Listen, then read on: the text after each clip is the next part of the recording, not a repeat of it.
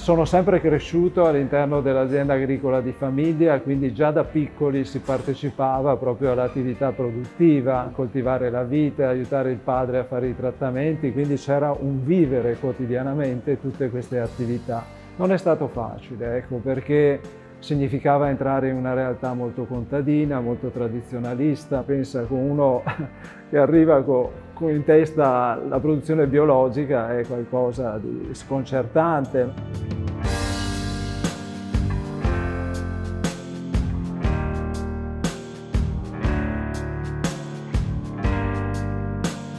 Se io penso che il vigneto è un ecosistema, un insieme di vita tra microrganismi, piante, insetti, eccetera, devo rispettare questa vita, devo fare in modo che sì, io voglio portare a casa i miei bei grappoli, buoni, di qualità, però senza negare, no, la vita di altri. Allora è una filosofia profonda, complessa, che però ha avuto la fortuna di trovare anche dei mercati, no, che condividessero questi valori. La scelta del biologico è stata una scelta maturata all'interno del mondo universitario. Quindi questa visione di maggiore rispetto, no, per l'ambiente, cioè di pensare comunque che il nostro pianeta ha un limite, no, di disponibilità energetiche, di risorse, di materie prime e così via, ci portava a essere più attenti, ecco. Abbiamo cominciato a fare biologico in realtà pensando all'azienda di famiglia, perché non provare, no, nei vigneti.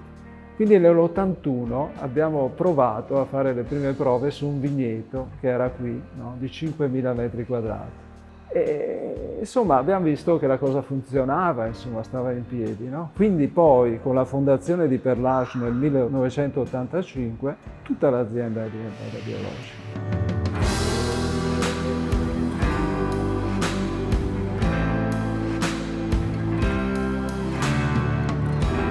Io credo che un'azienda sta bene quando è ben inserita nel territorio, quando crea valore anche per il territorio, e allora in questo modo ci si supporta, no? Alla fine non vendiamo più semplicemente un prosecco conegliano e valdobbiadene, ma vendiamo un prosecco legato a un territorio che, come dire, è grato anche di poterlo offrire al mondo questo prodotto.